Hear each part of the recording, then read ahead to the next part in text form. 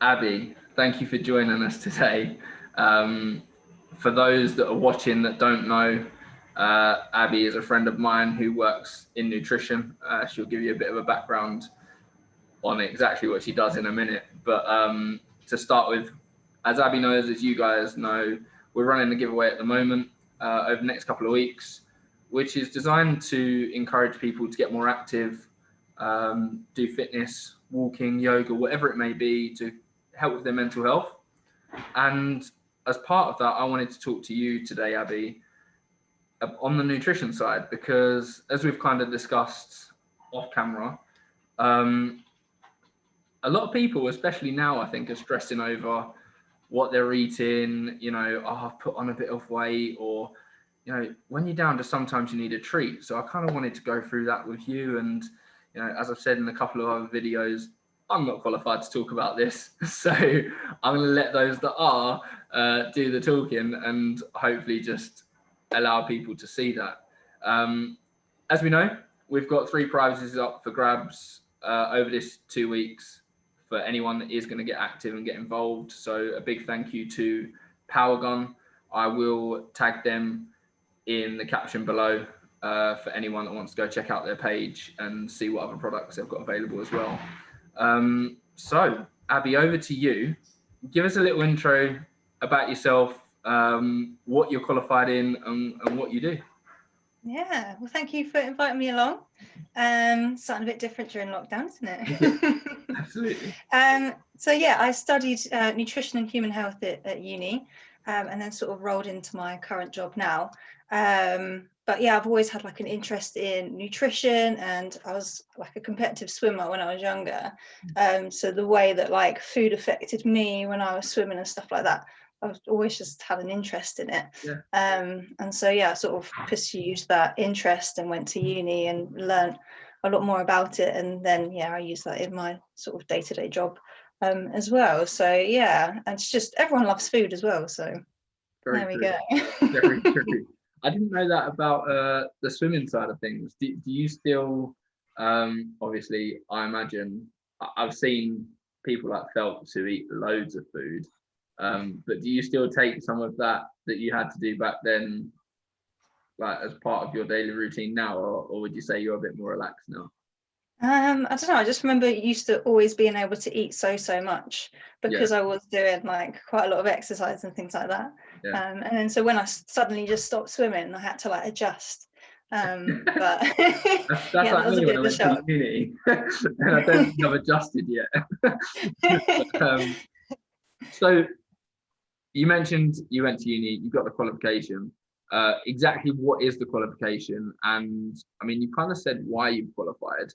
Is is there like a deeper reason into what you wanted to do with that qualification after? And rolling into that, tell us more about who you work with. What are you doing on a day-to-day basis? Yes, so I studied nutrition and human health, and when I was at uni, I always thought like, oh yeah, I'll figure it out, what I exactly want to do when I leave uni, and yeah, that never really happened. Fair. But the job that I work for at the moment, I was also working for them alongside university. But then when I left uni, a new role opened up and I went for that role. So I went from like a part-time role to a full-time role, Nice. which was convenient because I knew the company, Yeah. and I knew how everything worked. And then, yeah, it just worked really well for me. So what I do at the moment is work for a healthy lifestyle service. So I live in Suffolk, so I work in Suffolk. And convenient, yeah. But the service, we do loads of different things. So we there are teams of people who help people to stop smoking all the way through to weight management. And I personally work on the children's team. So we go into schools, deliver lessons or assemblies, do parent workshops, but we also put on programs within communities, sort of like an after school club type thing. Cool. And we go through like healthy lifestyle habits and tips and tricks, and we get the kids running about doing games and sports and things that they might not usually be interested in and things like that. So yeah, we work closely with families, children, That's creating new good. habits and I things like think that. that's, yeah, I think that's really good to give that knowledge to Mm. families and also children, because I mean, growing up, I love to cook. I still enjoy cooking, but I wouldn't necessarily say I ever understood what I was cooking or the balance of things. And I Hmm. think, to get that bit of insight and even interest in food is really good. Yeah. Um, what I'd like to know as well is, and this is on your own personal side, I guess, like your personal opinion. Um, I obviously see on your Insta page again, I will tag it, Absolute Nutrition. Yeah. So guys, go give her a follow. But I seem to see a lot of stuff about you promoting balance. Because I mean, I've done myself, and I know a lot of people that have tried drastic diets and health kicks and things like that, and realistically, they just don't work. Hmm. So tell me more about that, because I'm really interested. Balance. What does that mean? Yeah, so it's quite easy to chuck that word out there, isn't it? Be like, oh, go and live a balanced lifestyle, but Yeah, what does that actually mean? And it's not like it's just sort of figuring out what you enjoy, and moderation is another key word. yeah, Yeah, I love my snacks, I love my desserts and things like that, but everything in moderation, and sort of listening to your body. You're not going to sit there with a whole cheesecake and eat the whole thing, because you're going to feel sick afterwards. So you can all right. No, I'm joking. Good.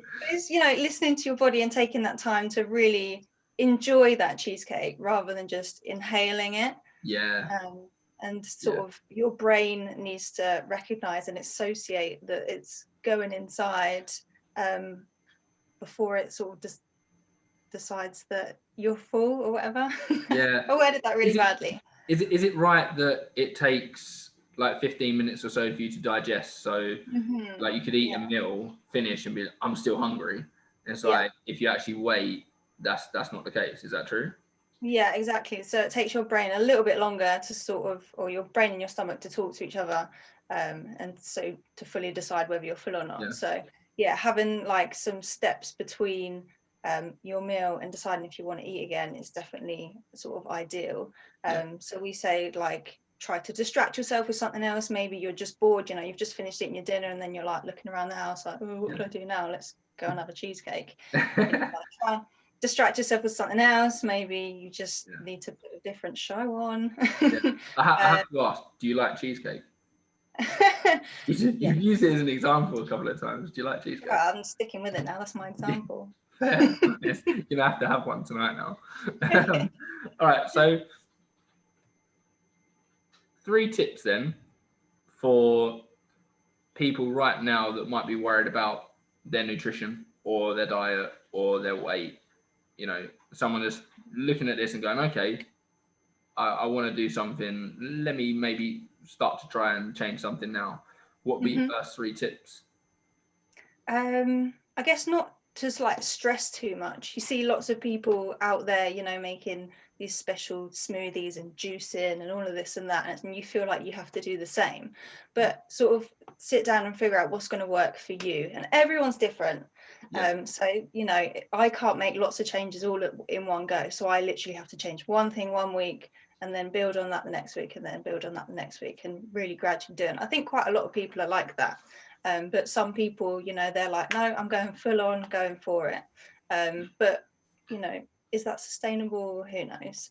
yeah, So yeah, really figure out, what works for you, what you feel like you can achieve. And not to stress about it too much, because the more you stress, oh, I don't know, I go for food when I'm stressed. yeah, So that's really counteractive, isn't it?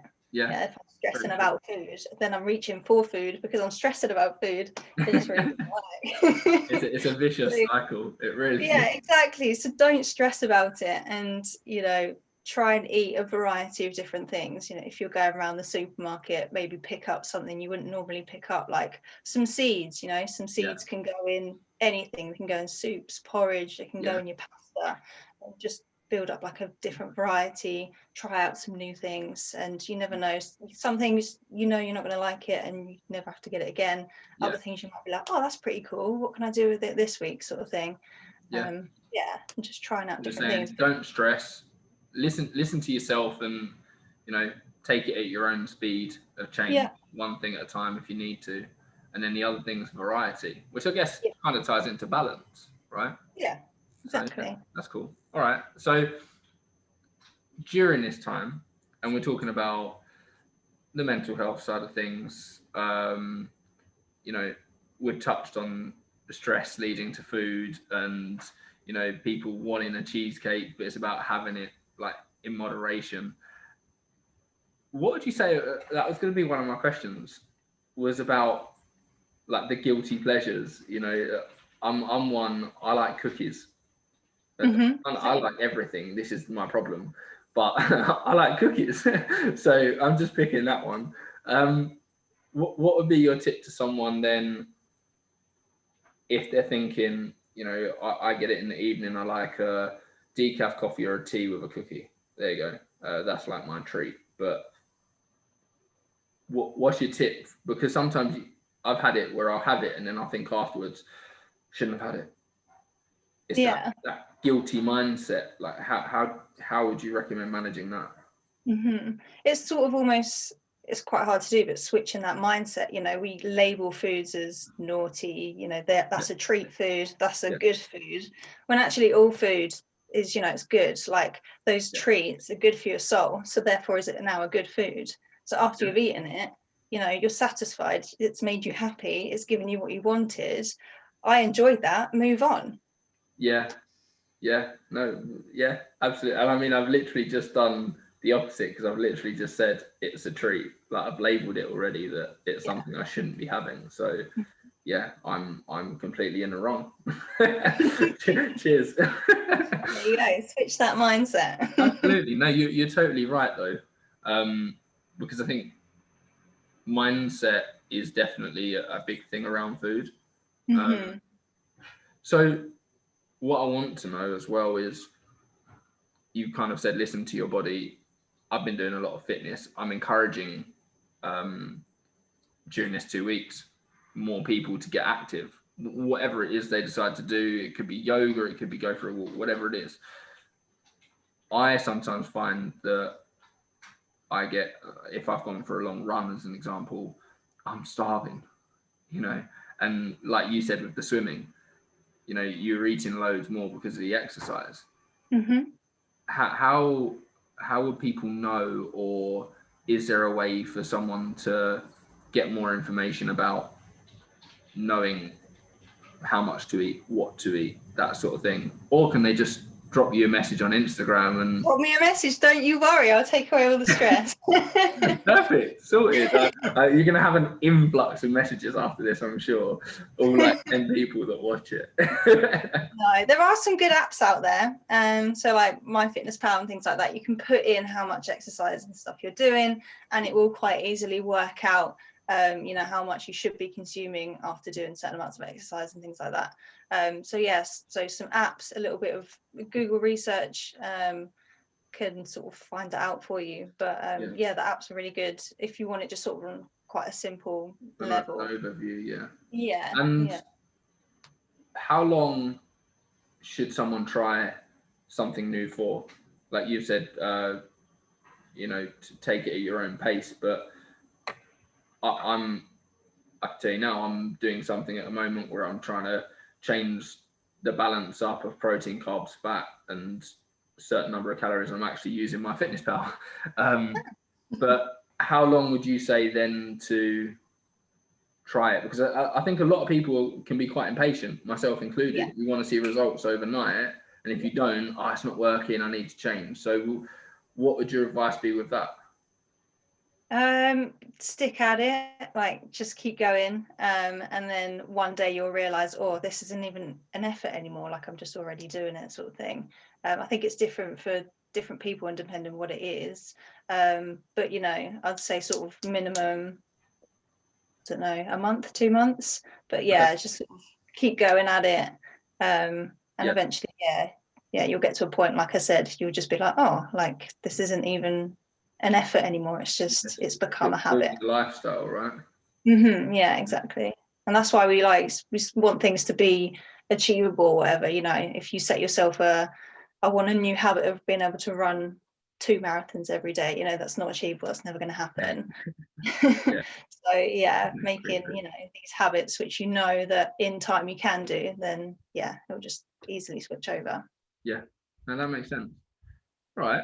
Well, to summarize then, as you know, I've done a couple of videos with some other people as well, with people hopefully getting engaged, getting active, considering their nutrition, their mental health, and hopefully just getting outside for a small portion of the day at least, to give themselves a break from what I think for a lot of people is a very samey environment.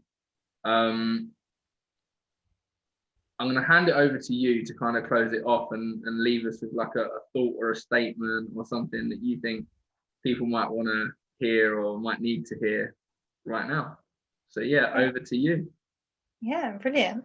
So just, you know, keep going. You're gonna have your up days, you're gonna have your bad days, and that's absolutely fine. Just accept that was that kind of day, and then crack on, and you can do it. You know, you can build those really good lifestyle habits and take them on forever and ever and ever.